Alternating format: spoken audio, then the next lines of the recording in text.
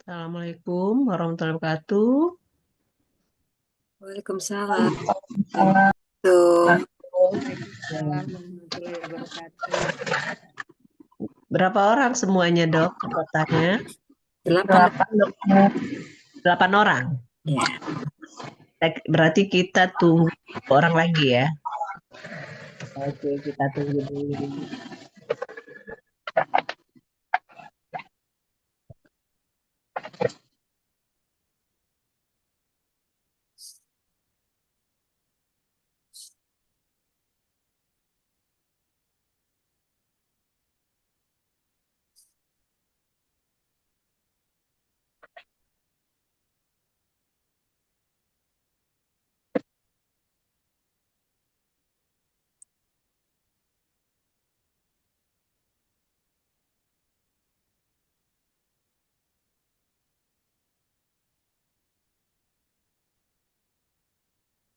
Dokter, mohon maaf, izin sambil di jalan ya, dok.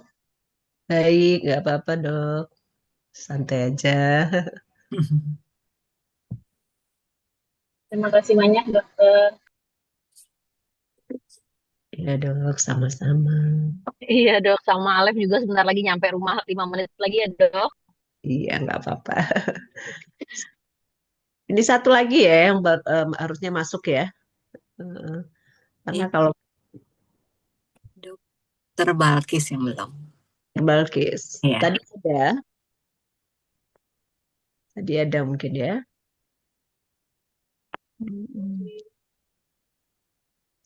Untuk informasi sebelumnya, dokter udah tadi kan memang agak salah diskomunikasi ya. Bentar Iya. ya, saya angkat handphone. Iya.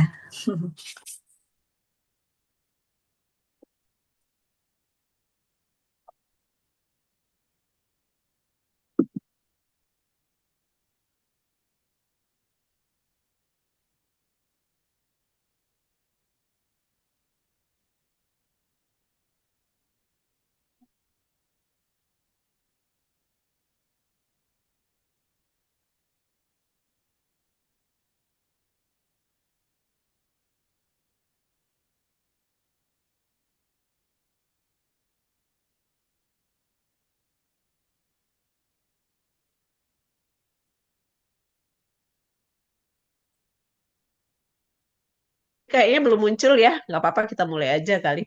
Karena kita udah terlambat juga. Assalamualaikum, selamat sore. Perkenalkan saya Dokter Sri pada kesempatan kelompok 4 baru kali pertama kali ya saya ya. Iya, Iya, dok. dok. Iya dok. Ya, jadi salam kenal mungkin. Sebetulnya biasanya saya kenalan dulu, tapi ini waktunya terbatas banget ya. Nanti sambil-sambil ini aja lah, ada Dokter Adriana, Dokter Ita ya, mohon maaf. Jadi untuk informasinya, dokter baru udah dapat kasusnya, udah panduan peserta, udah dapat Sudah, dok. kira-kira. Baru dapat juga ya dok? Iya. Gimana? Ya, kalau memang karena udah salah diskomunikasi tadi tuh jadinya sebaiknya gimana? Belum ada yang ngerjakan mungkin ya. Kalau baru dapet Iya, baru dapat ini. Belum belum dok, ada, baru dapat Oh, dok. belum ada ya. Iya. Ketuanya siapa ini? Dokter Dokter Balkis Henry. dok, tapi belum masuk. Dokter Ketua Balkis siapa? dok. Dokter Balkis tapi belum masuk dok. Oh, malah ketua yang belum datang ya, Dokter Balkis ya. Jaringan mungkin dok. Jaringannya. Padahal dia yang co-hostnya tadi ya. dokter Co-hostnya Ardiana. dokter Ardiana. Oh, co-hostnya Dokter Ardiana. Iya, iya. Tapi ketuanya Dokter Balkis. Nggak apa-apa, siapa yang bisa ini saya screen dulu, co-host mungkin, untuk kasus, biar kita sama-sama lihat kasusnya. Nanti kita sama-sama kerjakan aja apa yang diminta pada panduan peserta, ya kan? Jadi tujuan pembelajaran kita hari ini apa gitu. Bisa Dokter Ardiana untuk saya screen, biar sama-sama aja kita Iya dok, kerja. sebentar dok. Silakan.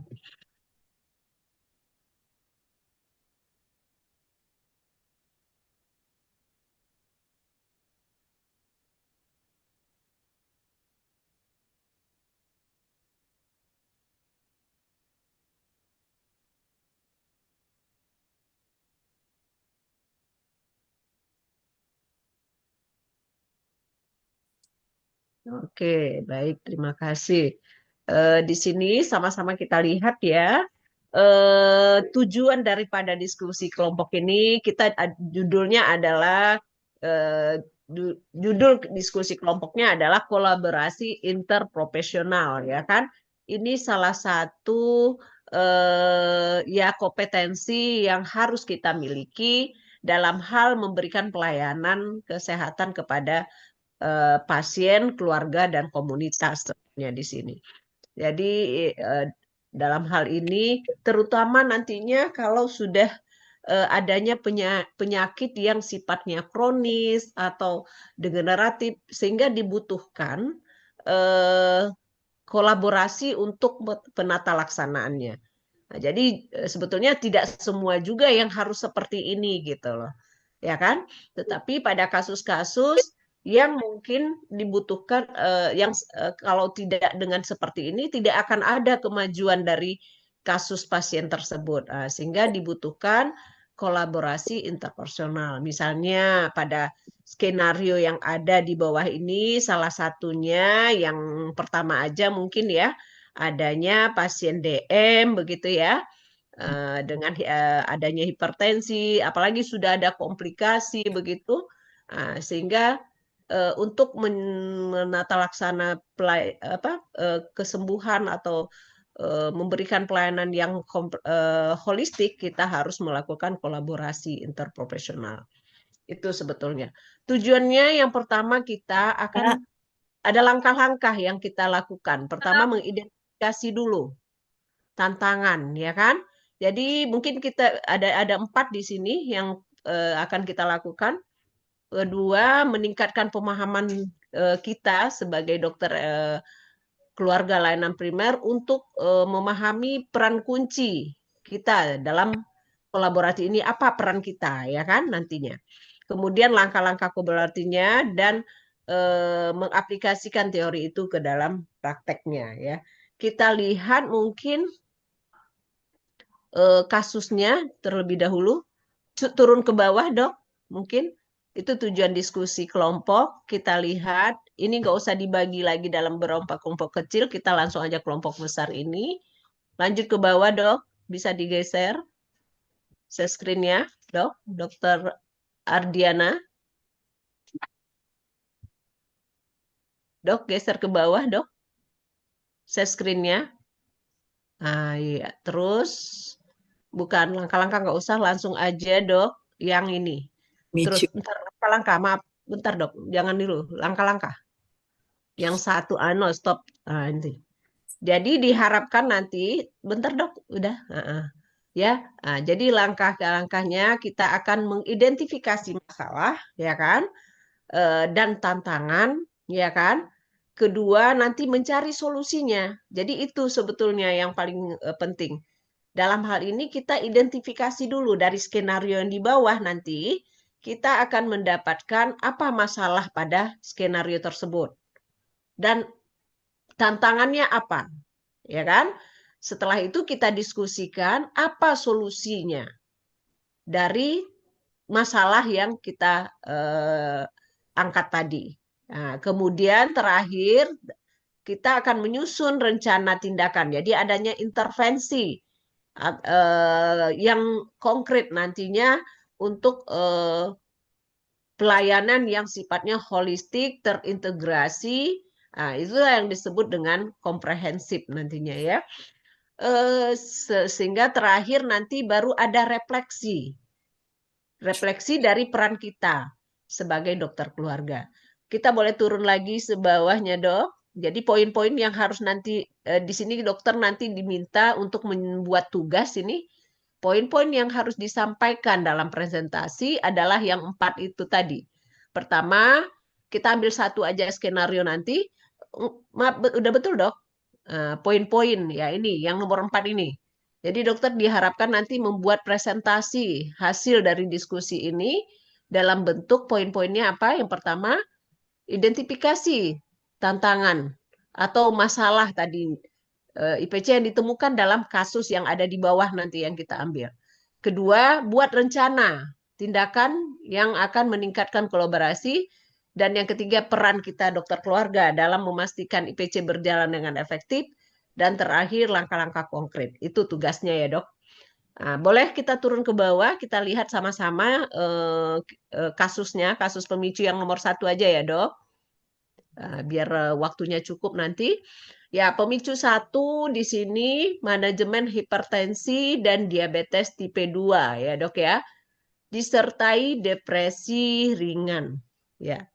Mungkin itu menurut dokter kira-kira silakan kasih tanggapan apa identifikasi tantangan IPC-nya dalam kasus saudari B tersebut, Dok. Coba. Boleh? Silakan. Kita coba. Atau kita selesaikan dulu baca skenarionya, boleh? Dokter Marlene, Ya. silakan Dok, bacakan skenarionya sampai selesai biar kita Ya. pahami dulu skenarionya, silakan. Nah, pemicu 1, manajemen hipertensi dan diabetes tipe 2 disertai depresi ringan.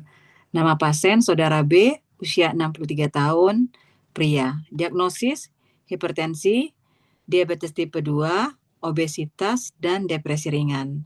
Keluhan utama, pasien merasa cemas tentang kesehatannya dan kesulitan mengikuti anjuran pengobatan dan diet. Pasien tidak patuh dalam mengkonsumsi obat yang diresepkan dan jarang mengikuti jadwal pemeriksaan medis. Pasien juga melaporkan gangguan tidur dan merasa terisolasi sosial. Riwayat medis, hipertensi, kadar tekanan darah tidak terkontrol meskipun sudah menggunakan obat antihipertensi. 2. Diabetes tipe 2, kontrol gula darah tidak optimal, pasien lebih suka makan makanan tinggi karbohidrat. Yang ketiga, obesitas, IMT pasien 32,2. 4. Depresi ringan, pasien merasa cemas dan stres terkait kondisinya dan tampaknya tidak terlalu termotivasi untuk mengelola kesehatan dengan baik. Yang kelima, masalah sosial, pasien tinggal sendiri dan tidak memiliki banyak interaksi sosial. Baik ya, Dok ya. Jadi kira-kira apa masalah identifikasi masalahnya dari pasien ini? Mungkin dari identitas dulu, Dok. Ada masalah nggak kira-kira, dokter? Dengan usia Lansianya, Dok. lansia lansia, ya, Dok. Dok. Ya, Lansia. begitu. Kita lihat Ya. ini lansia ternyata 63 tahun, ya kan? Ya. Itu juga bisa kita identifikasi sebagai masalah, ya kan, Dok? Terus Tinggal selanjutnya apa sendiri. lagi, Dok? Tinggal Ya? sendiri, Dok. Tinggal sendiri. Ya, boleh tinggal sendiri.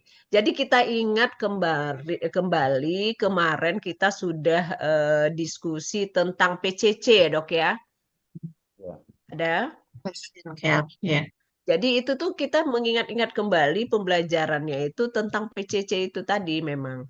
Kita lihat kondisi medisnya gitu. Yang tadi dokter bilang tinggal sendiri itu nantinya di arah keluarganya gitu ya. Bentar ya, mana tadi? Nah, jadi itu kita ingat kembali analisis yang kemarin kita pelajari tentang pendekatan pendekatan PCC, person center care ya. Nah, jadi kita lihat pasien ini lansia. Tadi supaya nggak lompat mungkin dari atas dulu adanya hipertensi, DM tipe 2 gitu kan, Dok? Obesitas dengan diagnosa mungkin kalau medisnya. Tapi kalau keluhan utamanya dia ada cemas juga ya, Dok? Cemas. Nah, cemas. Terus apalagi masalahnya, Dok? Dari keluhan utama nih banyak kali masalahnya nih. Tidak patuh. Kesulitan Pengobatannya tidak terkontrol. Itu juga masalah, ya kan? Nah, terus Gangguan tidur. Tidak mengikuti jadwal pemeriksaan. Tidak. Ya. Oke, ya kan? Nah, jadi sama-sama kita udah tahu intinya kita harus identifikasi masalahnya. Jadi di sini ternyata pada pasien ini kayaknya memang banyak sekali masalah karena namanya pemicu ya, Dok. Dari keluhan utama, terus riwayat medisnya ada hipertensi, ya kan? Yang tidak terkontrol ya. Ya. Nah, oke, Dok.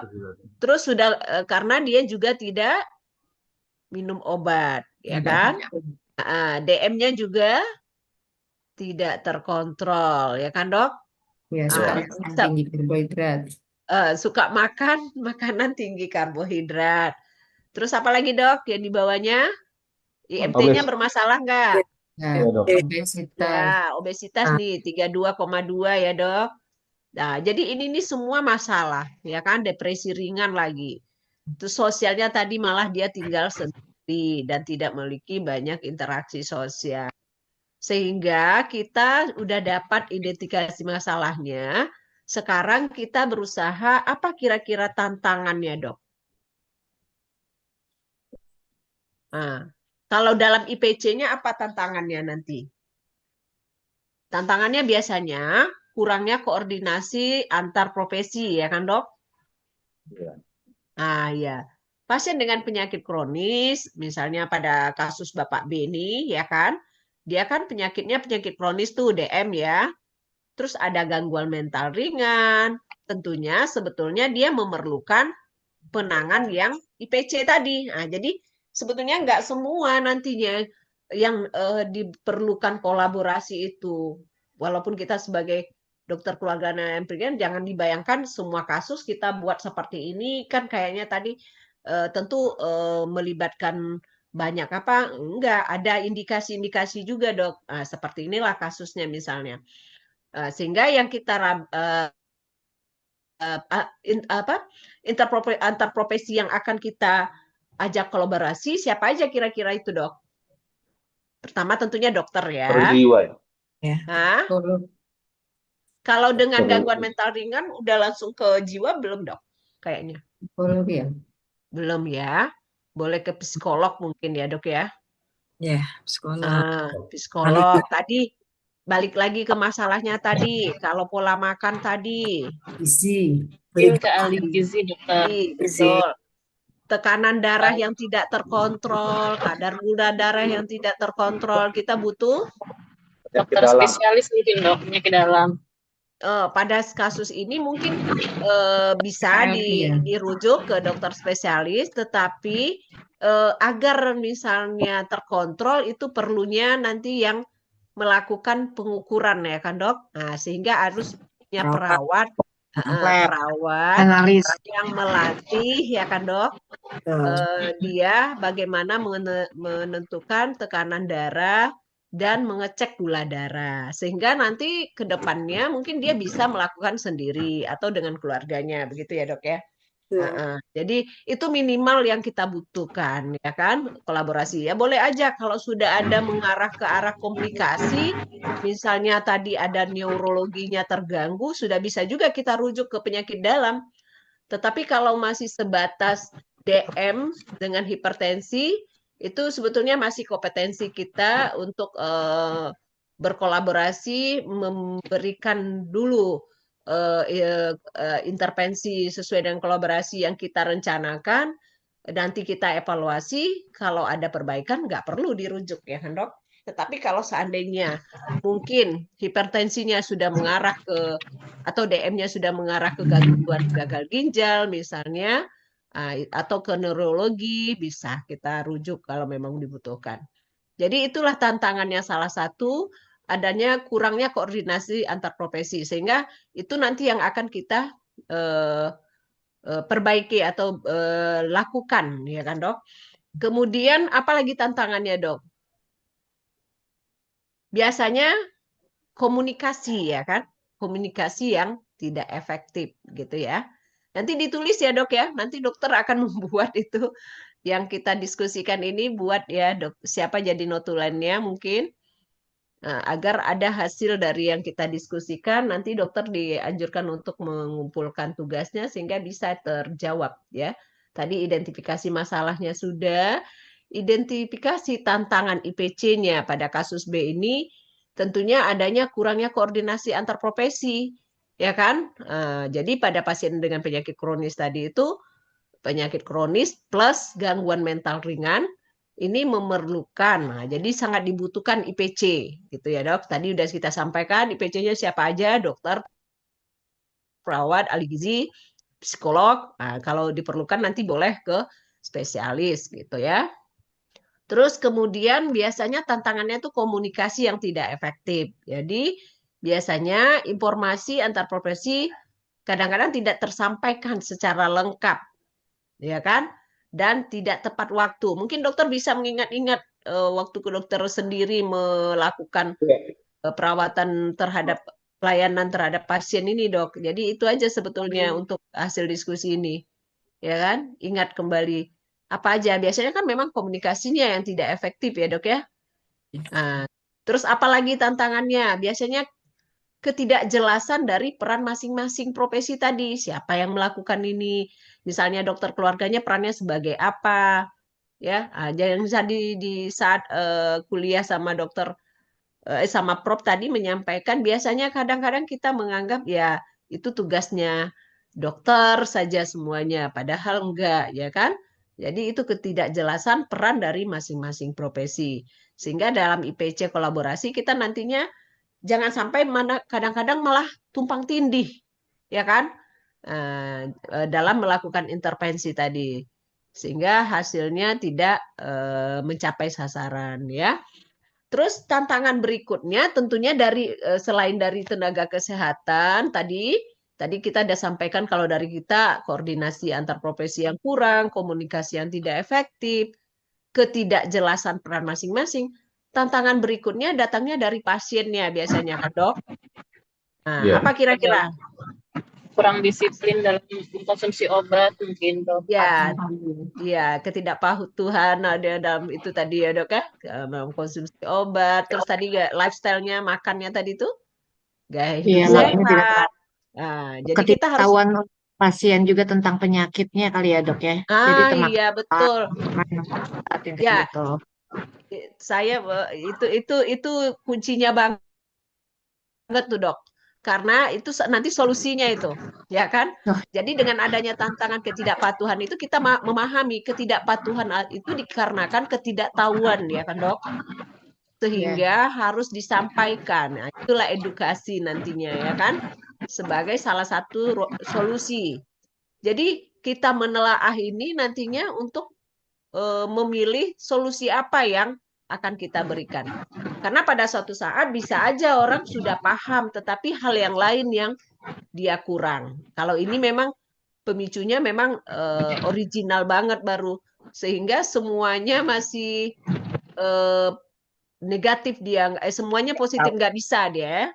Nah, termasuk faktor sosialnya di sini juga ya, Dok ya kan? Nah, pasiennya tinggal sendiri Jarang sehingga interaksi.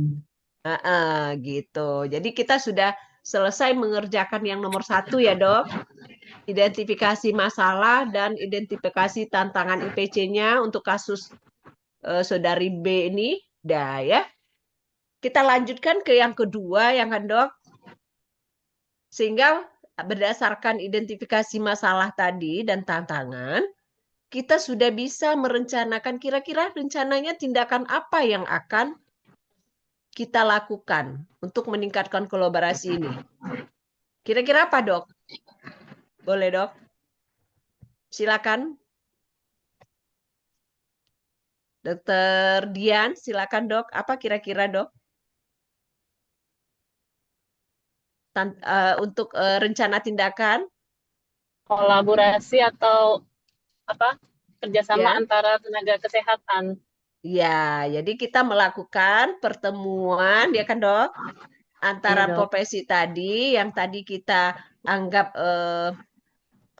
yang kita sebut tadi ada dokter, ada perawatnya, ada ahli gizinya, ada psikolognya. Kita membuat pertemuan, ya kan, Dok, untuk Iya. mendiskusikan ini. Nah, jadi itu perlu. Dalam hal ini kita akan berdiskusi, membahas kondisi pasien tadi, ya kan, seperti yang tadi, dan menyampaikan sehingga jelas nanti apa SOP masing-masing interdisiplin tadi, ya kan? Iya. Nah, gitu.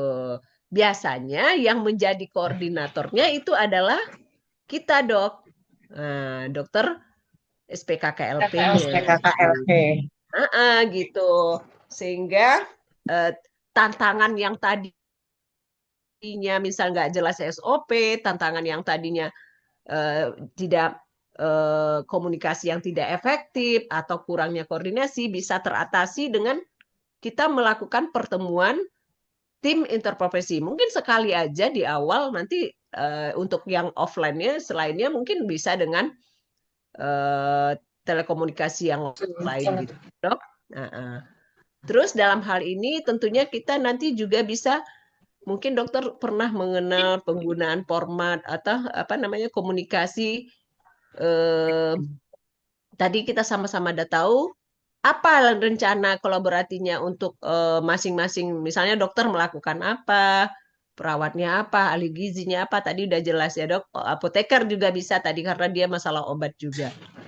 Nah, semua ini pendekatannya kita lakukan. Jadi kita balik lagi dengan PCC, yaitu biopsikososial kultural. Jadi kita itu memperbaiki pasien ini, mengobati pasien ini bukan fisiknya saja, ya kan, bukan biologinya saja, tetapi juga psikologinya, sosialnya, dan kalau bisa kultural dan spiritualnya. Jadi seperti itu. Itu yang disebut dengan holistik tadi, ya kan? Sehingga kita membuat rencana perawatan yang kolaboratif. Siapa yang melakukan sesuai dengan profesinya masing-masing tadi, dok? Tentunya ya.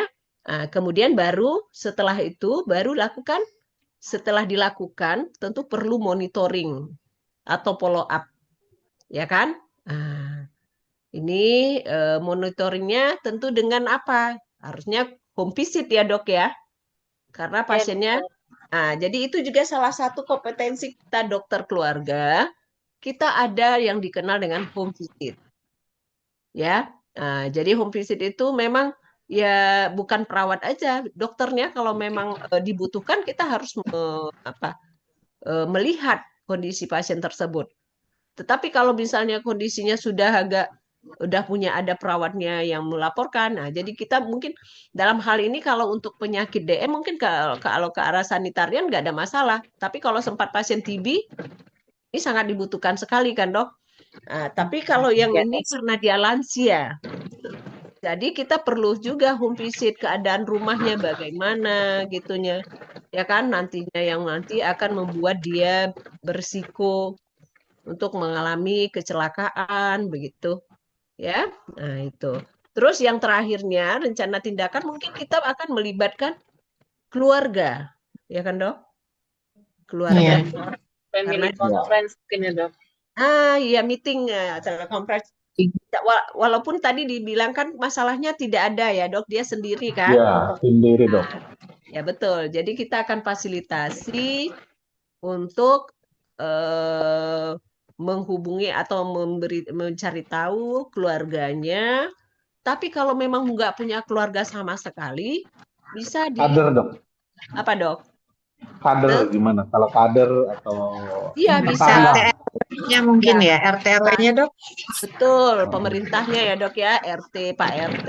Itulah salah satu memang tugasnya. Terus atau komunitas yang dekat situ juga boleh dok, ya kan, tetangga gitu ya.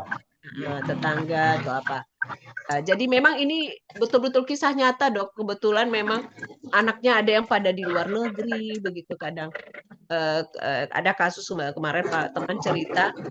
Jadi terakhir memang anaknya setelah dihubungi memang kita berusaha minta tolong tetangga atau mencarikan orang yang ada waktu sehingga anaknya hanya mengapakan biayanya saja. Tapi hal ini kan salah satu kompetensi kita dokter ya, SPKLP karena kita dokter keluarga dan layanan ya dok ya. Itu aja sudah cukup itu dok mungkin untuk rencana yang akan kita lakukan dalam kolaborasi tim, ya kan, mengadakan pertemuan, terus membuat format komunikasinya gitu ya dok, terus merencanakan perawatan kolaboratif apa gitu sesuai dengan profesi masing-masing tadi yang SOP-nya tuh. Setelah itu tentu diimplikasikan di monitoring dan follow up, ya kan? Apakah jadi targetnya di sini tentu tekanan darah terkontrol, kadar gula darah terkontrol, terus obesitas menurun, ya kan dok? Targetnya. Terus depresinya mungkin juga hilang, tentu itu ya. Tapi mungkin bertahap. Jadi biasanya kita yang paling nggak sabar itu sering mintanya tuh cepat ya kan. Nah, padahal itu harus bertahap gitu. Nah, dengan melibatkan keluarga juga. Oke. Berarti kita masuk yang ketiga lagi, Dok. Yang ketiga, peran SPKKLP dalam memastikan IPC tadi berjalan dengan efektif. Nah, tadi kita sudah sampaikan kalau kita sebagai koordinatornya. Jadi tim ini kita sebagai koordinatornya ya. Berarti yang memimpin ya, Dok ya. Nah, jadi itu. Ada ditulis, Dok. Nanti untuk tugasnya. Jadi sebaiknya memang diketik itu. Ya, jadi yang selanjutnya, yang ketiga, peran kita adalah peran SPKKLP sebagai memastikan IPC ini berjalan efektif. Tentunya bagaimana? Di saat diskusi tadi kita yang mengarahkan. Yang balik lagi cerita yang Dokter Priska kemarin, kita ada yang dominan, ya kan? Iya. Dalam hal ini untuk menetapkan prioritas. Jadi di posisinya kita di sini sebagai pemimpinnya, Dok. Ya kan? Leader. Ah, Ya. leadernya, betul. Leader. Ya, jadi menetapkan prioritas. Nah, terus memastikan profesi-profesi yang kita ajak kolaborasi tadi untuk memberikan kontribusi, ya kan, Dok? Ya. Leader. Nah, kemudian baru koordinator komunikasi. Koordinator komunikasi, kunci.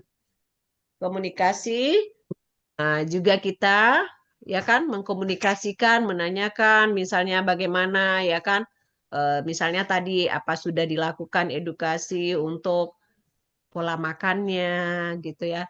Sudah terjadi tidak penurunan berat badan ke arah gizi seimbangnya, tentunya itu yang dimonitor dengan komunikasi, ya kan, Dok?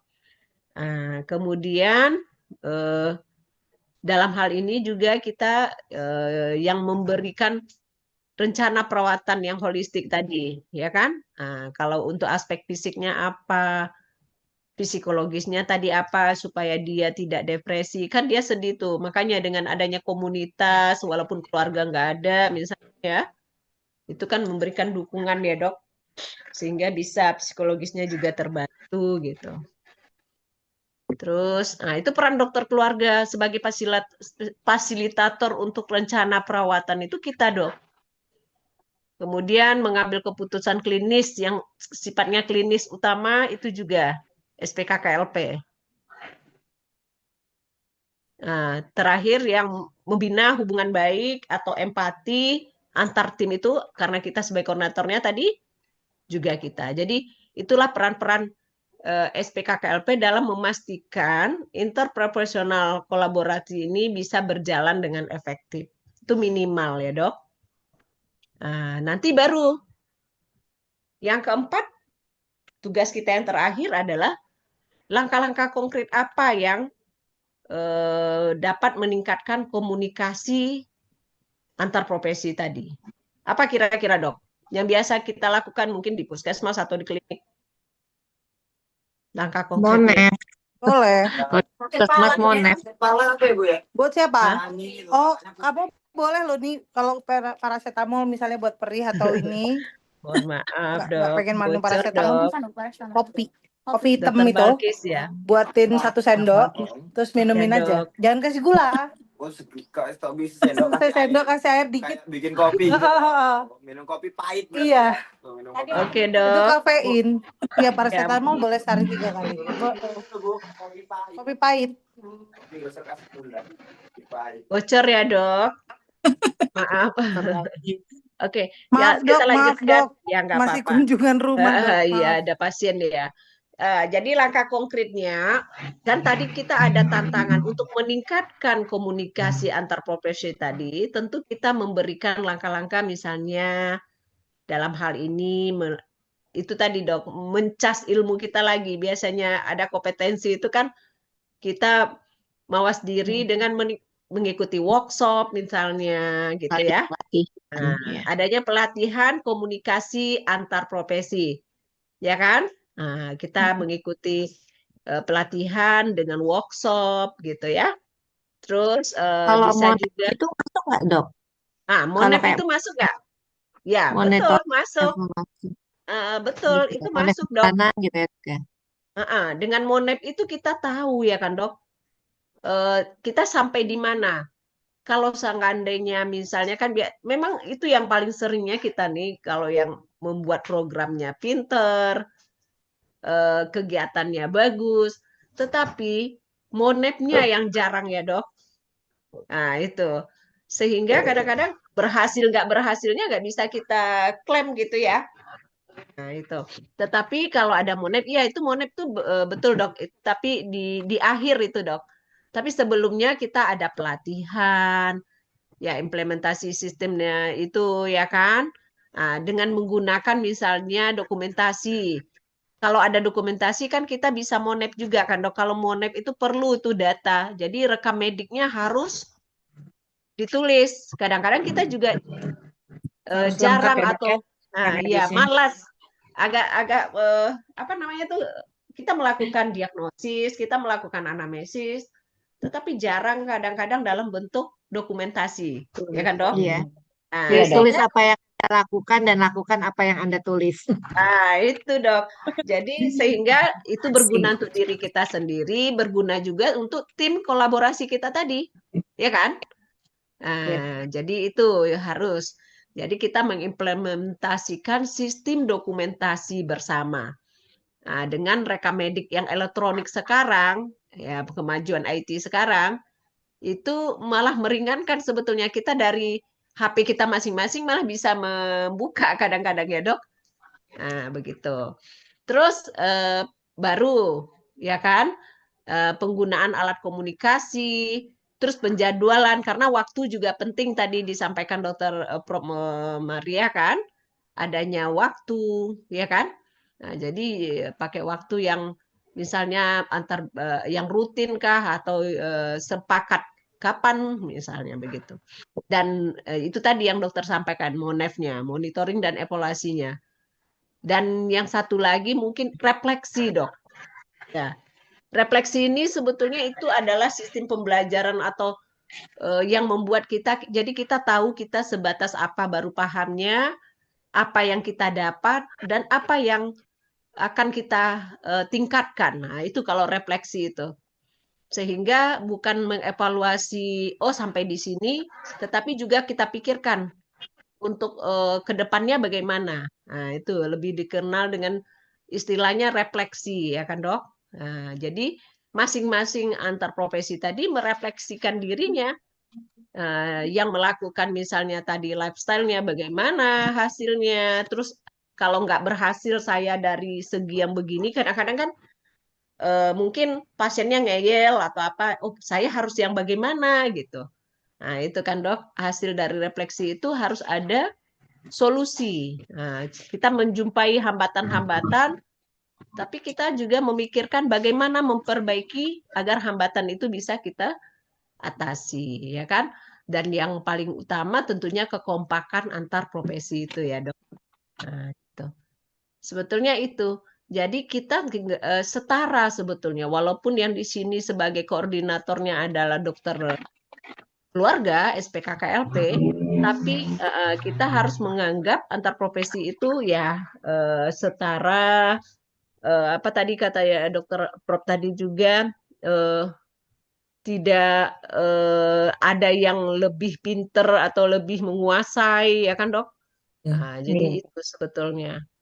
Mungkin itu ininya untuk apa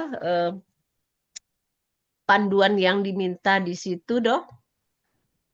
Jawabannya itu kalau untuk kasus. Nanti kita silakan aja kalau mau pakai pemicu yang pertama, ini kan pemicu yang kedua, tiga nih. Nah, gitu ya. Jadi coba naik, Dok. Ya bisa ya. Tapi mungkin kita ini juga direkam, nanti dokter juga bisa dengerin kembali apa yang saya informasikan tadi, sehingga nanti, karena kita ada tugas ini, Dok. Setiap diskusi kelompok itu harus dalam bentuk tugas, ya kan? Jadi tersampaikan. Ada lagi? Coba naik, Ya, jadi cocok, Dok? Hah? Silakan aja nanti dicobakan ya di ini tadi ya. Sehingga diharapkan pasien ini bisa kita berikan pelayanan yang holistik, terintegrasi dengan pendekatan pasien center, pemilih fokus, dan community oriented. Jadi kita dokter keluarga itu 3 sasaran kita. Ada pasien. Nah, di saat ini kita melihatnya secara holistik itu adalah biologi, biopsikososial kultural. Itu terhadap pasien. Terhadap keluarganya juga seperti itu. Kalau misalnya ada istrinya yang sakit, suaminya kan juga mengalami apa namanya tuh ketidaknyamanan mungkin atau ketidakenakan, ya kan? Nah, jadi nanti di keluarga, jadi peran keluarga ini sebetulnya saat ini ada 2. Pertama, tentunya yang akan mendukung pasien ini agar bisa sembuh atau mendapatkan derajat kesehatan yang bagus, ya kan? Nah, itu peran keluarganya. Dan yang kalau kita ketahui, yang keduanya tentunya untuk program pencegahan. Kalau seandainya di sini kita ketahui tadi seorang bapak adanya hipertensi dan DM, terus depresi ringan, tentunya nanti kemungkinan di keluarga ini adalah penyakit genetik, bisa jadi anak, ya kan? Nah, berisiko. Disitulah gunanya PCC yang kita pemilih fokus kita melakukan genogram, ya kan? Nah, minimal 3 angkatan keluarga. Jadi sebetulnya sambung menyambung, mengait itu semua. Antara PCC, pemilih fokus, dan community oriented itu bersambung. Itulah skill kita sebagai dokter keluarga. Jadi kita bukan ngobatin pasien aja, enggak. Ya, tapi melibatkan keluarga, posisinya di sini dalam hal membantu pasien, dan yang kedua dalam hal untuk keluarga sendiri ke arah faktor risiko penyakit yang diderita pasien. Begitu juga nanti di komunitas, ya kan? Nah, jadi karena targetnya kita nanti ya kan untuk seluruhnya masyarakat. Jadi kasus diabetes ini ada komunitasnya sehingga kita bisa melakukan, itulah namanya diagnosis komunitas. Diagnosis komunitas adanya kasus DM berdasarkan epidemiologinya tinggi. Nah, itu. Misalnya di daerah tersebut dengan gaya lifestyle yang sama, ya kan? Nah, pada umumnya apalagi kalau di Sumatera, Dok, ya kan? Kelompok 4 ini dominannya orang kita mana? Dari mana, Dok? Lampung, Dok. Lampung, Dari Bengkulu. Lampung kita Sumatera sama kan, Dok? Lifestyle-nya pada umumnya ya lebih kurang lah kalau makan. Jadi pola makan yang tinggi karbohidrat dinyatakan tadi itu adalah itu salah satu ke arah diabetes, obesitas, ya kan? Nanti kalau sudah diabetes, obesitas, hipertensi, ya itu udah lengkap berarti sindroma metabolik, ya kan, Dok? Nah, jadi itu sindroma metabolik, ya kan? Kalau dicek ini pasti dislipidemia juga kalau labornya diperiksa, sehingga Benar. lengkap dia. Itu. Jadi itu sebetulnya yang lebih tertantang kita sebagai dokter keluarga itu dalam hal kasus-kasus kronis ini.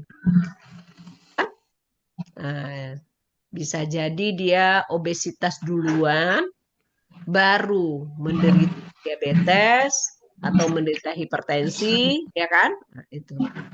Awalnya mungkin obesitas dulu. Biasanya kalau orang obesitas, dia DM, nanti dia kurus itu. Tapi kalau dia obesitas, menderita DM, itu baru dia. Baratnya baru-baru menderita DM dia. Tapi kalau sudah kronis banget, udah lama, pasti dia berat badannya akan menurun. Jadi tadi yang disampaikan dokter apa tadi ya bilang pengetahuannya ditingkatkan tentang penyakitnya itu sangat cocok sekali kalau menurut saya. Jadi kita sebagai dokter keluarga layanan primer ini yang paling bagus itu dalam hal mengedukasi, bukan melarang-larang, tetapi kita menginformasikan apa itu DM, apa itu obesitas, ya kan dok? Jadi kita cerita kenapa, apa hubungannya obesitas dengan DM. Kadang-kadang orang nggak nyambung obesitas sama DM. Obesitas kalau dengan lemak mungkin orang nyambung, tapi dia nggak paham apa yang ditimbulkan oleh obesitas. Jadi kalau kita balik lagi ilmu biomedis kita harus ditingkatkan lagi. Jadi Pak, dengan mengkonsumsi karbohidrat tinggi itu bisa menyebabkan penimbunan lemak di dalam tubuh. Kenapa? Ya kan itu tadi awalnya konsumsi karbohidrat yang tinggi sebetulnya kan seharusnya kan dibutuhkan untuk energi. Tetapi kalau dia berlebih tentu akan disimpan disimpan dalam bentuk glikogen dulu ya kan dok? Tetapi berlebih juga lagi karena makannya terlalu banyak sehingga terakhir dibentuklah dalam bentuk lemak. Dan lemak ini letaknya adalah di bawah kulit, bisa di perut nantinya, gluteal ya kan, di bicep, tricep semua, di subscapula. Makanya jadi kalau definisi obesitas ini udah terjadi peningkatan lemak tubuh dikarenakan konsumsi karbohidrat yang tinggi. Ini seperti itu. Terus obesitas tadi nanti logikanya nanti akan mempengaruhi terhadap apalagi kalau obesitas sentral. Di saat itu akan mempengaruhi. Jadi harusnya kan kalau kita makan nanti insulin kita akan bekerja untuk merubah glukosa. Artinya kalau kita makan dengan makan karbohidrat menyebabkan glukosa kita meningkat ya kan dok di darah. Glukosa darah meningkat, dia harus stabil. Untuk menstabilkannya itu, insulin akan mengambil untuk energi, dibawalah ke otot, ke organ-organ yang membutuhkan. Tetapi masih bersisa karena kita makannya banyak. Jadi yang udah dibawa yang sisanya tadi disimpan sebagai glikogen oleh hormon namanya glukagon, temannya insulin ya kan. Kalau bersisa lagi baru disimpan dalam bentuk lemak. Begitu ceritanya.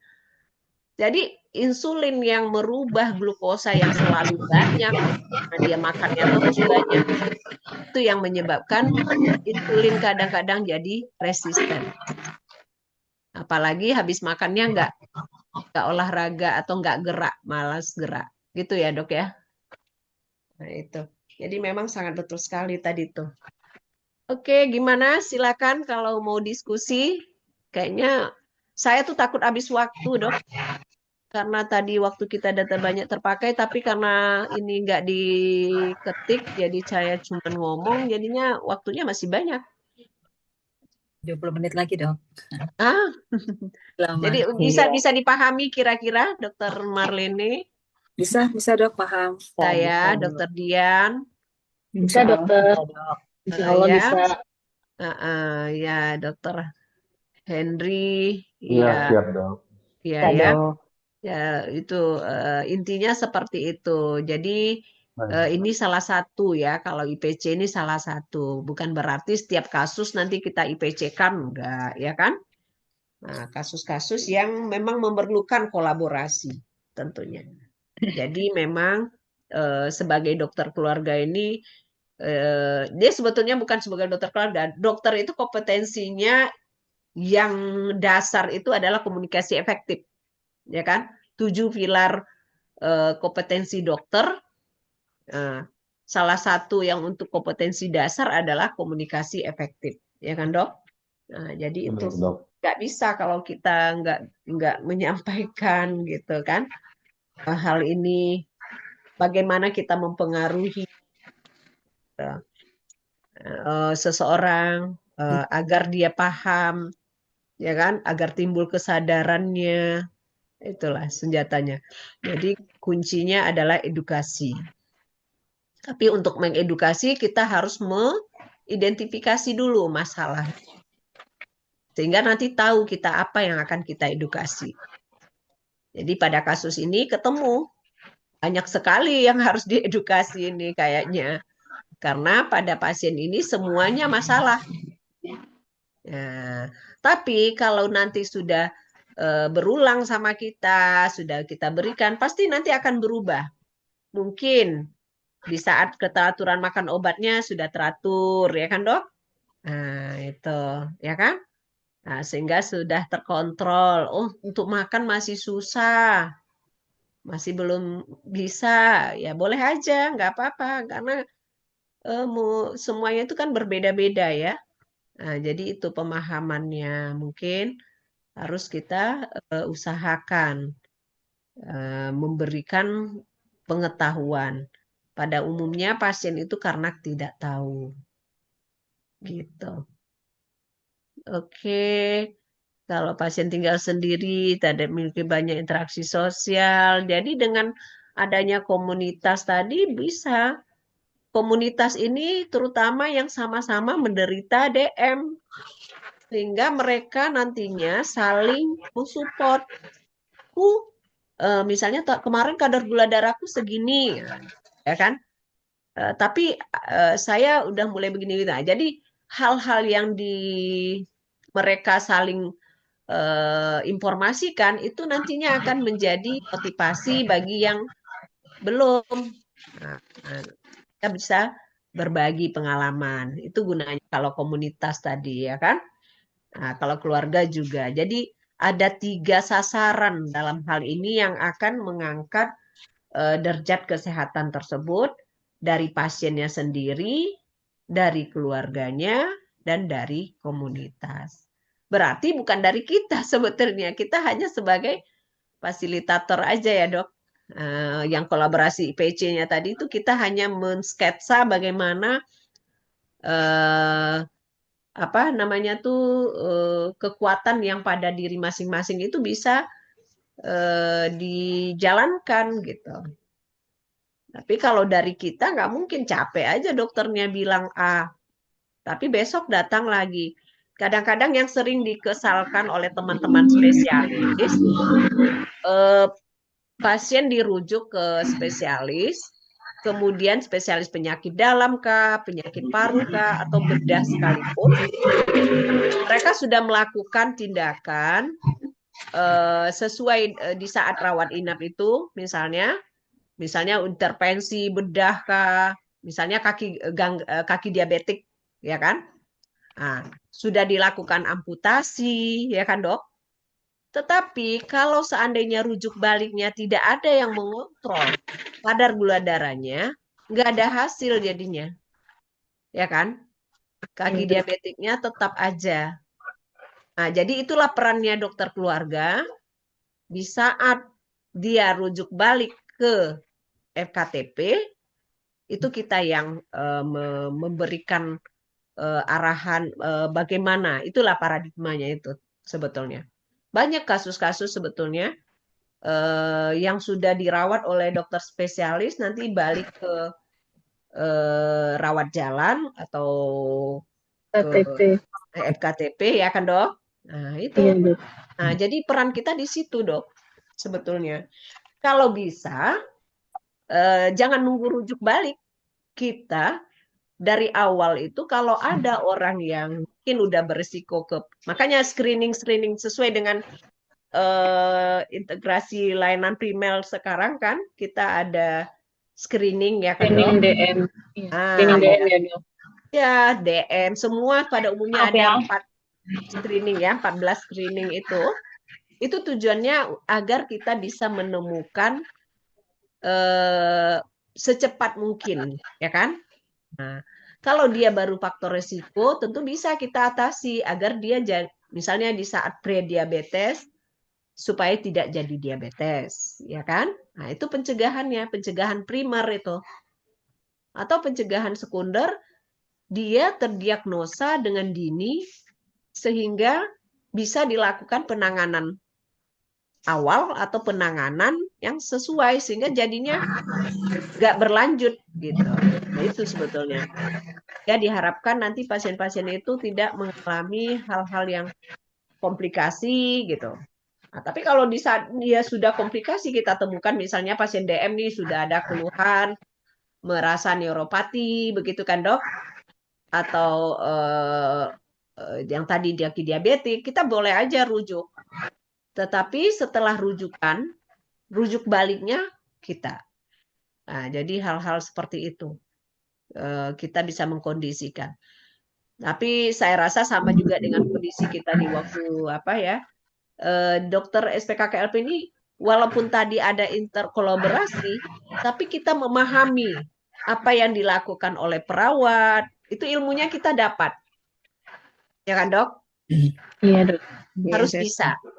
Nah, kalau seandainya kita punya perawat, kita bisa berkolaborasi, tapi di kondisi-kondisi tertentu mungkin kita juga akan menjalani profesi itu. Ya kan? Nah, tanggung jawab. Ya, itulah sebetulnya SPKKLP. Mudah-mudahan kita sama-sama bersemangat hal ini, ya kan? Dan kami nanti bisa dokter buat lagi dengan pemicu yang nomor 2 atau nomor 3, silakan. Kita sudah cobakan ke yang nomor 1 ya. Tuh. Kalau ada yang mau bertanya silakan, kita diskusi aja. Dok. Dari Lampung ya. Iya. Iya, Dokter. Iya dok, Lampung semua, Iya, Lampung sama Lampung, Dok. Dokter Marlen yang Bengkulu. Lampung semua ya. Lampung, Dokter Dok. Marlen yang enggak dok. Dokter Marlen dari mana? Marlene? Bengkulu, Bengkulu. Dok. Oh, Lampung, Bengkulu. Kami Pekanbaru masih dekat lah ya. Dokter Marlene di puskesmas apa di mana? Di puskesmas saya, Dok. Puskesmas ya. Oke. Kalau Dokter Dian di mana, Dok? Di rumah sakit sama di klinik, Dokter. Klinik Oh, rumah Pratama. sakit sama klinik. Jadi nanti peran-peran kita dokter keluarga itu sebetulnya kayak di rumah sakit nanti juga seperti itu, ada kolaborasi juga interprofesionalnya. Jadi pada umumnya kan pasien-pasien kadang-kadang ya, misalnya di saat discharge planning gitu ya kan, banyak sebetulnya bukan ini namanya sistemnya yang disampaikan Dr. Prof. Maria ini kan, tetapi posisinya nanti bisa di rumah sakit, bisa di klinik, bisa di puskesmas kita lakukan untuk IPC tersebut ya kan. Dokter Alef di mana dok? Rumah sakit sama praktek mandiri dokter. Iya mantap ya. Rumah sakit sama praktek mandiri. Iya dokter. Oke dokter Balkis. Di puskesmas dengan praktek mandiri, dok. Ya. Ya, oke, makasih. Lanjut dokter Henry di mana dok? Di klinik swasta, Dok. Klinik swasta. Oke. Siapa lagi ya? Dokter Diah 2 nih ya. Dian 1, Diah 1 ya. Dokter Dian tadi udah ya. Dokter Diah kali ya. Saya di puskesmas sama praktek mandiri, dok. Iya, puskesmas juga ya dok. Praktek mandiri. Dokter Ardiana kali ya yang belum ya. Saya di rumah sakit sama di klinik, dokter. Iya, di rumah sakit sama di klinik. Dokter Ita tadi udah ya? Maaf. Dari puskesmas, dokter. Oh, dari puskesmas ya. Jadi seperti itulah dok kita lakukan nantinya. Saya kebetulan Dr. Sri dari FK Undri. Kami sebetulnya sebelum menjadi SPKKLP sudah mempraktekkan pendekatan kedokteran keluarga ini untuk adik-adik S1. Nama apanya Kome, kebetulan saya sebagai ketua untuk koas Kome itu. Jadi stase terakhir dari adik-adik koas itu kita ke masyarakat menjalankan yang 3 sasaran ini. Ada PCC-nya, ada pemilih fokusnya, dan ada community orientednya. Jadi kalau adik-adik itu nanti ngambil kasusnya misalnya diabetes, mereka ambil satu pasien di sana, pasien yang menderita diabetes ini ditelaah apa yang seperti kasus ini. Nah, kemudian mereka nanti menginformasikan apa yang akan dilakukan tadi, ya kan? Misalnya lifestyle-nya. Tapi di sini memang kita bukan interkolaborasi. Mereka yang menganjurkan dari segi gizinya apa, ya kan? Jadi penata laksanaan itu kan ada farmako dan non farmako kita kan.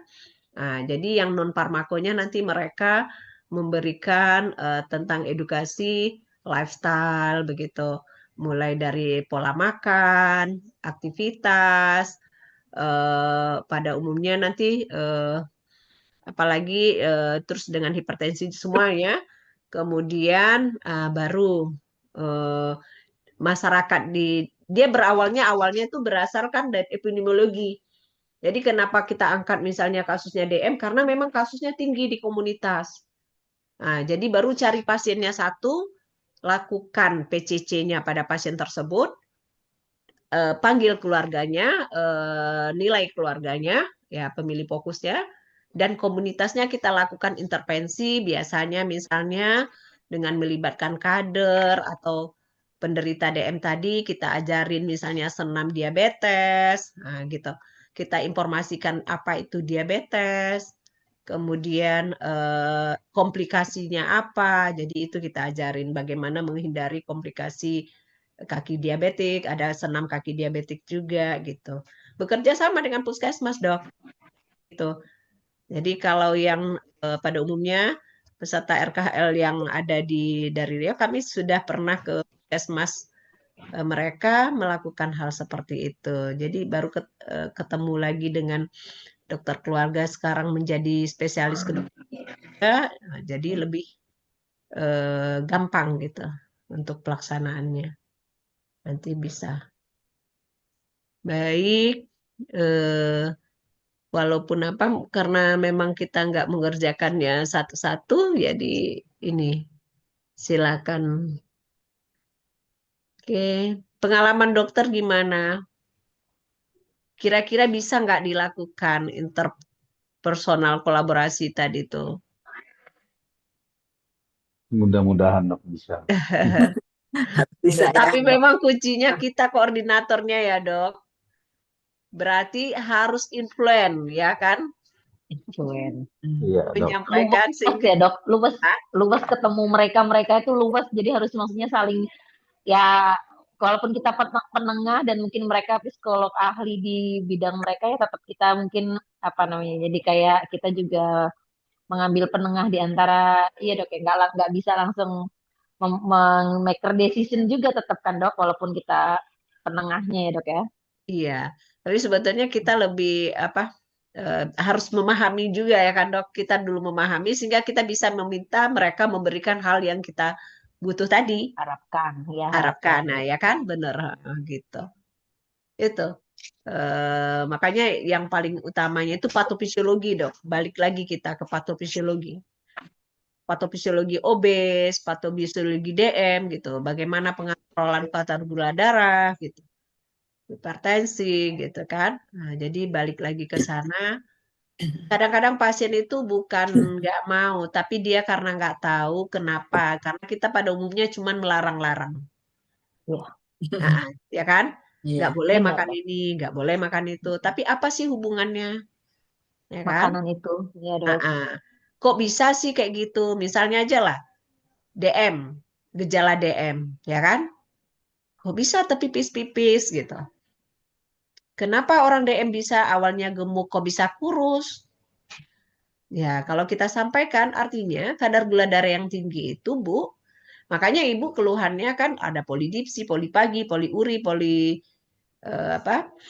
kalau makan bukannya kenyang, bukannya memberikan tenaga, bukannya memberikan tenaga. Kenapa? Karena kadar gula darahnya memang naik, tetapi insulinnya nggak nangkap.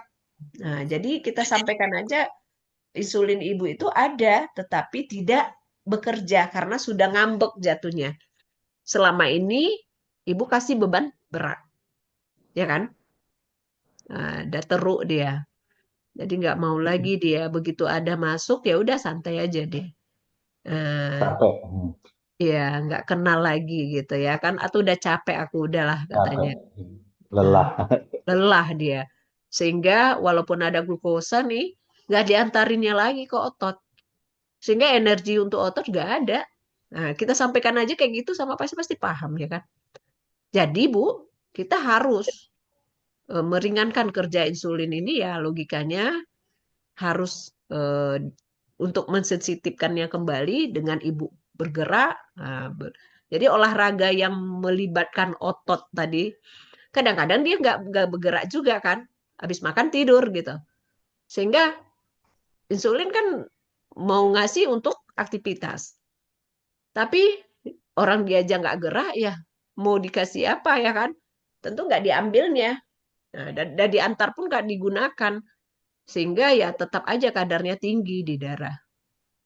Nah, kalau udah tinggi, tentu kenapa harus orang DM hindari luka, ya kan? Nah, karena itu Bu, media yang baik untuk kalau seandainya luka, terus infeksi, media yang baik untuk pertumbuhan kuman. Sehingga susah sembuhnya kalau masih kadar gula darahnya tinggi. Sehingga harus diturunkan. Untuk menurunkannya, kurangi asupan, rangsang dengan aktivitas, ya kan, agar dia sensitif kembali. Jadi banyak tubuh kita aja sebetulnya berkolaborasi, ya kan? Nah, mekanismenya berkolaborasi. Contohnya tadi, kalau sudah tidak makan di saat puasa, kita ngambil energinya kan dari glikogen, dari hati, ya kan? Nah, gitu. Ya, Dok. Iya. Jadi itu tadi kolaborasi juga dia. Tapi kalau dia baru makan, misalnya 3 jam habis makan, begitu makan kadar glukosa naik, ya itu dulu sumber energi. Tapi disimpannya stok. Di saat telat makan, ya dipakai. Tapi kita kadang-kadang keseringan telat makannya. Nah, jadi kenapa orang DM tadi nantinya kurus juga, yang tadinya obes, karena kadar gula darah tadi nggak dipakai, walaupun dia makan, tentu diambil yang stok tadi. Stok pertama di glikogen dulu. Kalau sudah tidak ada lagi, baru di lemaknya. Makanya akhirnya dia kurus.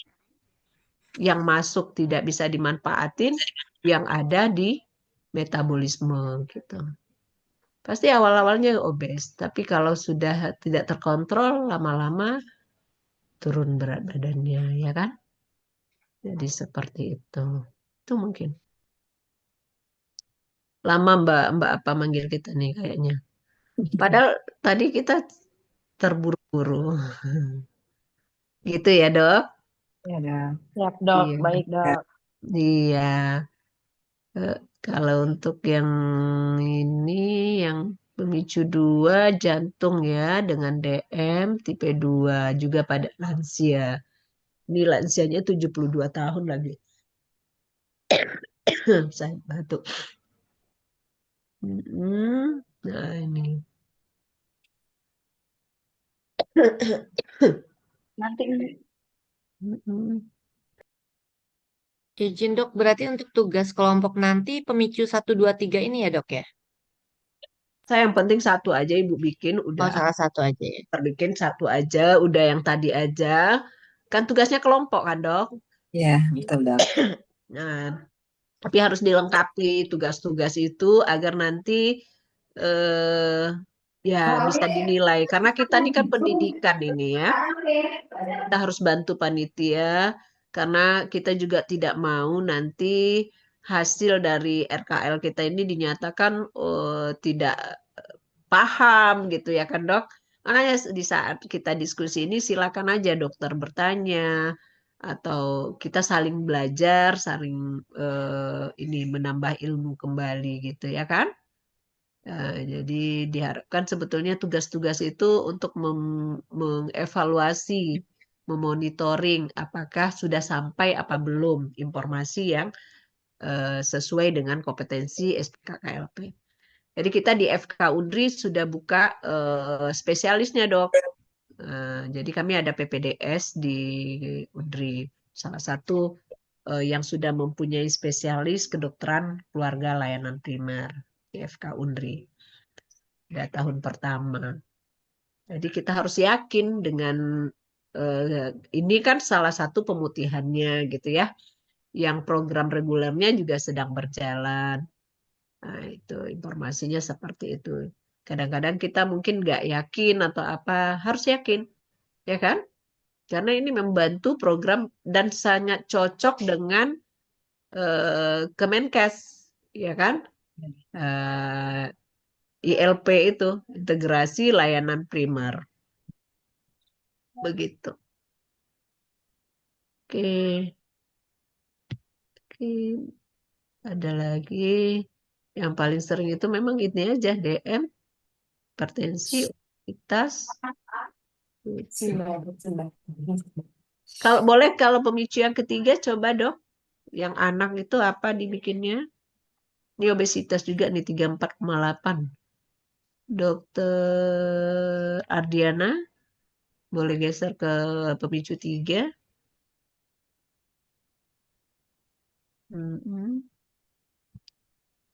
Apa kira-kira yang lebih ini? Keadaan sorry. Asma, ADHD. Ini ada asma ya dengan ADHD dan masalah perilaku. SPA sama psikolog juga nih ya dok ya berarti ya. Iya, spesialis anak dan psikolog, benar. Tapi untuk keluarga kira-kira gimana tuh dok biasanya kalau anak-anak yang kayak gini? Orang tua yang sibuk ini mah dok kayaknya. Itu yang agak tantangan mungkin ya dok. Kadang-kadang takut tersinggung ya. Bagaimana cara influence-nya terhadap orang tuanya? Ya Ini kan? sebenarnya sih kalau untuk ke tuanya juga bisa masuk, ini pasti kan berat ya Ini punya biasanya anak sih yang seperti apa namanya ya, ada adik-adik kan capek lah, capek fisik, capek ini, mungkin psikolog ke orang tuanya juga bisa kita inikan juga gitu. Iya.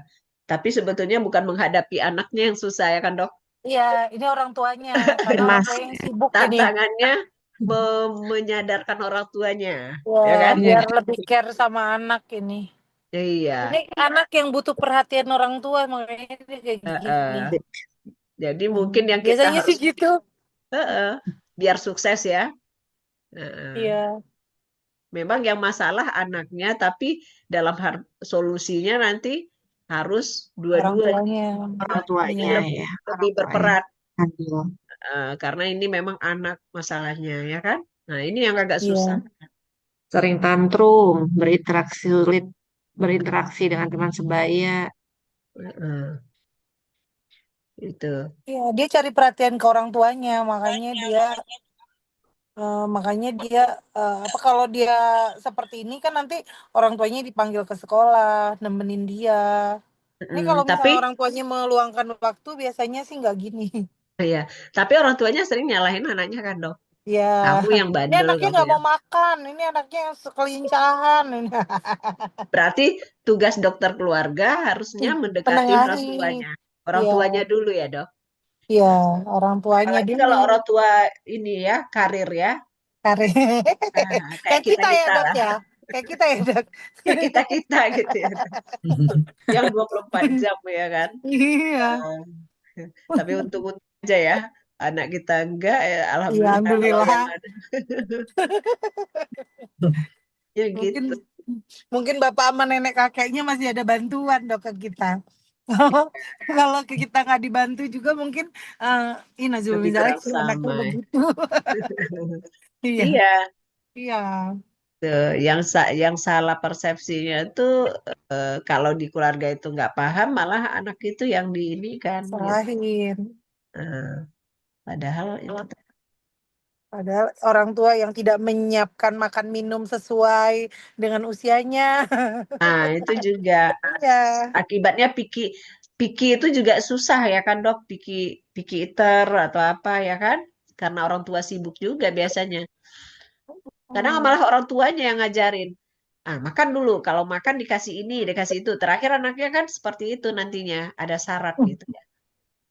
Padahal itu adalah skill sebetulnya, makan itu skill gitu.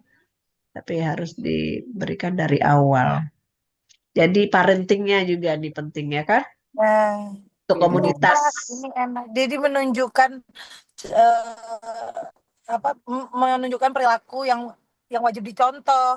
Jadi kalau ini kalau dilihat malah kalau kita lihat dia bingung anaknya. Karena memang orang tuanya sibuk. Ini kayak biasanya sih gitu dok. Kalau udah ke puskes, tumbuh kembang, udah kita rujuk ke rumah sakit itu pasti bermasalahnya tuh orang tua dua-duanya berkarir atau adanya divorce, ada masalah keluarga gitu. Nah, iya. Apalagi Ya, kalau anak ada bingung masalah gitu antara ya. orang tua ya, sehingga Ya, ini. Oke. Mm-mm. ini harus ada bantuan-bantuan ini. Harus ada kekompakan dalam keluarga untuk tumbuh kembang anaknya nih. Iya. Nanti dokter coba cari informasi ke kelompok yang lain. Saya takutnya tadi waktunya nggak ditambah atau apa ya kan, sehingga kita cuma kerjakan satu. Tapi saya rasa satu aja tadi dari informasi kan sudah bisa ya. Intinya di sini dapat ya runtut langkah-langkahnya tadi harus identifikasi ya kan. Nah, jadi nggak bisa langsung kita tentukan saja, tapi kita identifikasi dulu masalahnya. Ini kan dapatnya dari anamnesis ya kan dok? Iya.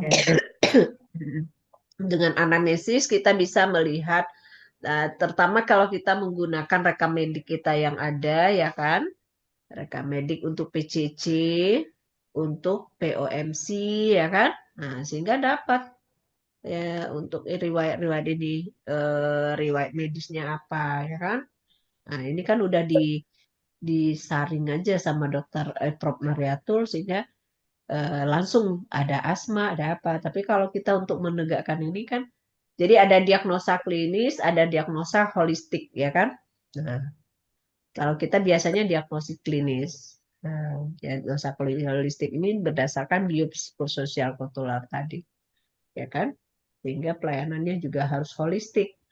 Karena diagnosanya diagnosa double diagnosa holistik juga. Jadi itu. Oke, apa lagi ya? Kayaknya mm-mm. Kita mau masuk ke ruangannya kayaknya ditambah ya 1/2 jam nih ya. Tahu. Ini sampai jam 5 deh dok. Masih sejam Ya, lagi nggak sih?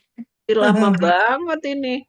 Silakan Iya. aja dokter kerjakan yang itu ya, nanti ya. Baik dok, baik. Karena saya tuh kadang-kadang kalau apa, kadang kehabisan waktu. Ini kalau jam 5 ini kelamaan ini. Iya, biasanya cuma sampai jam 4. Coba Atau dulu sampai jam 3 gitu loh dok biasanya. Ini kenapa jadi panjang banget? panjang banget ya kan. Padahal dokter Prof tadi udah jelasin sama peserta. Iya kan? Nah, jadi ada lagi misalnya kalau saya punya ini misalnya kita contoh kasus kolaboratif profesional itu dengan kedokteran keluarga itu yang tadi manajemen penyakit jantung yang kronis itu ya kan di sini dokter keluarga, perawat, ahli itu tetap sama ya kan? Nah, ini eh, jadi proses kolaborasinya dokter keluarga tentunya memeriksa kondisi medis secara menyeluruh. Itu tugas kita kan dok. Terus meresepkan obat sesuai dengan diagnosa penyakitnya, misalnya pada pasien jantung, hipertensi, atau diabetes kalau kasusnya itu. Terus kalau perawatnya tentunya menyediakan pendidikan atau cara mengelola penyakit jantung di rumah, misalnya tidak boleh ya mengelola stres begitu kan. Nah, pada umumnya kalau jantung kan itu ya, atau hipertensi itu psikologisnya juga mempengaruhi, bukan makanan saja, tapi juga ke arah psikologis. Terus ahli gizi merancang pola makan yang mendukung pengelolaan DM, ya kan? Nah, terus masih eh, tapi memastikan dosis obat dan cara penggunaan obat. Psikologi memberikan dukungan psikologi. Hmm? Oh, iya. Saya izin bentar ya dok, ada tamu sebentar aja. Iya, dokter. Maaf ya. Oh ini udah mau lip Ini udah mau ya, ditarik loh ya dok. nggak apa-apa bentar aja kita langsung aja masuk. Mohon maaf atas kekurangan ya dok. Mudah-mudahan Dokter, bermanfaat. makasih banyak, Dok. Ya, Kami terima kasih ya, dok. ya, sama-sama. Jadi kita, Sama-sama, Dokter Sri. iya, Librid Oknum 27. Oke,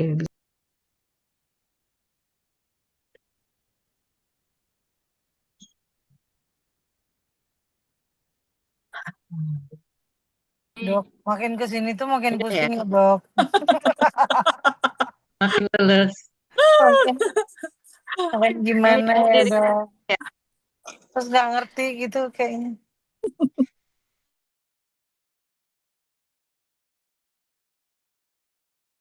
Dokter Nuke. Terima kasih Ya, banyak. sama. Terima kasih dokter. Terima kasih, Dokter Nuke. Terima kasih Dokter Terima Yeti. kasih Terima kasih Dokter dokter. Yeti. Terima kasih, Dokter Yeti. Yuni. Terima kasih Dokter Yeti. Oh, kita udah keluar ya.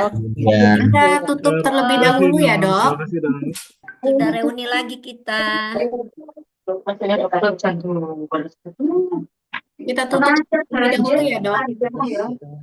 Baik, Alhamdulillah, kita sudah di akhir acara. Makasih Semoga Dokter. apa yang dipaparkan hari ini oleh narasumber kita bisa bermanfaat untuk kita semua. Saya akhiri pertemuan hari ini. Mohon maaf bila ada salah tutur kata saya. Wabillahi taufiq walhidayah. Wassalamualaikum warahmatullahi wabarakatuh. Waalaikumsalam warahmatullahi wabarakatuh. Makasih Dokter Nuke. Terima kasih dokter. Terima kasih, Dok. Terima kasih.